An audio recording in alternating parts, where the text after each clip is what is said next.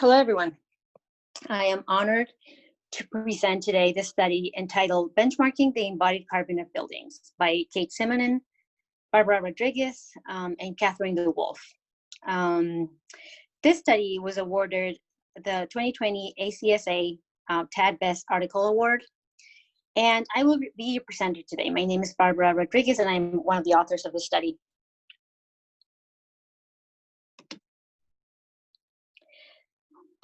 Okay, so we are all part of the Carbon Leadership Forum. This is an industry academic collaboration hosted at the University of Washington. We are a professional community of manufacturers, designers, builders, and academics focused on reducing the embodied carbon in building materials. This study in particular was carried out by the Carbon Leadership Forum between 2017 and 2018. It was funded by Skanska, Oregon DEQ, and the Charles Pankow Foundation. We also had an advisory committee of professionals with expertise in building lifecycle assessment, with representation from LCA tool developers, LCA researchers, and building industry professionals in general, using LCA in practice to provide input into the formulation of the database. Also the assessment of the results of the study and their input from the development of key findings. So benchmarking studies have been used in the building industry for the last 30 years, primarily to compare the energy performance of a typical building with other buildings. As energy consumption benchmarking continues across academia, policy, and industry, there's also a growing interest in understanding embodied carbon. Now, for all of those of you who don't know what embodied carbon is, embodied carbon are all the greenhouse gases attributed to the materials and energy required to construct the building. And they result primarily from the burning of fossil fuels for electricity, transportation, and on-site energy. And also for chemical reactions, such as the release of CO2 during the calcination of limestone to make cement. So the three questions that we wanted to address in this study was, first, what is the order of magnitude and variation of the embodied carbon of typical buildings? Secondly, we were interested in knowing what are the sources of uncertainty and level of confidence in the findings. And finally, what strategies can be employed to address the known uncertainty and advances the practice of embodied carbon benchmarking. So the embodied carbon benchmarking database is the largest known database of building embodied carbon studies. We use data from multiple existing databases as well as unique LCA studies. We compile them and normalize them to kilograms of embodied carbon per unit area of each building.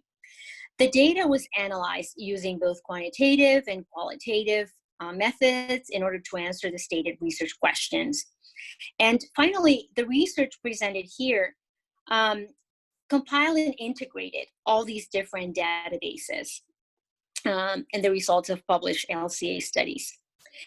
So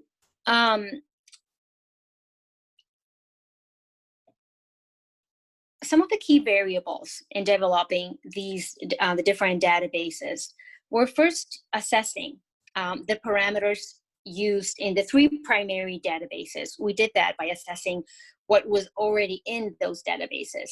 And we found different parameters describing both the building, the number of stories, and also characteristics of each LCA study. Parameters then were recorded by the majority of entries in the three primary data sets that we use, and were also identified as critical by the advisory committee. So we were basically selecting parameters for building characteristics and LCA parameters. And well, here are some of the results. In this figure, we're showing the main body of the data, categorized by building use, but excluding buildings in the industrial park, parking, and warehouse categories, as well as those that did not have a category assigned. And you can see them color-coded by number of stories. So in this story, in this slide, I'm sorry, we show two of the most important results in this study. First, that over 95% of all buildings in this database had an initial embodied carbon of less than 1,000 kilos of CO2 per square meter. Office buildings are the most populated building type, with 362 buildings in this database. So the range of initial embodied carbon, LCA stage 8, that is the manufacturing stage, for building structure, foundation, and enclosure is typically between 200 and 500 kilos of CO2 equivalent per square meter for almost 50% of the buildings in this database. In this slide, we can see that the data is sorted based on the total building scope included in the LCA study and color codes by building's height category. One would expect that embodied carbon per square meter would increase as additional building components such as foundation and enclosure were added, but this is not the case. It's particularly not the case in this database, and we think that that might be due to the fact that most of this data is coming from different sources, from different studies that use different methodologies or that understand each one of these scopes differently. So what for a certain study is encompasses the structure, for another study, it might mean some other components. So that's why there's this alignment, and maybe that's why we didn't really see this correlation between the different scopes and the ranges of embodied carbon. So you can see here that for S, that stands for structure only, so not foundations. To structure and foundation, the medium embodied carbons jumped from 375 to 438 kilos of CO2 per square meter, but then decreased to 400 kilos of CO2 per square meter. And in structure, foundation, enclosure, and interiors, this also decreases to 400 kilos of CO2. So that you can see here that the correlation between the scopes and the amount of carbon per square meter does not always correlate. We also use cross-tabulation to identify further distributions in the data set. For example, it can be seen here that the data is highly skewed toward shorter buildings of less than 7 stories. So 48% of our database is less than 7 stories. Commercial buildings, 78% of our database, and studies that reported only cradle to construction LCA impacts, 75%. This is particularly important because what we're seeing here is that most LCA studies out there only include structure and foundation. We're seeing less studies that include other scopes within the building. And we also, in our study, we also added this graph. This comes from another database, the DECO database, which was developed and compiled by Catherine DeWolf, which is also an author in this study.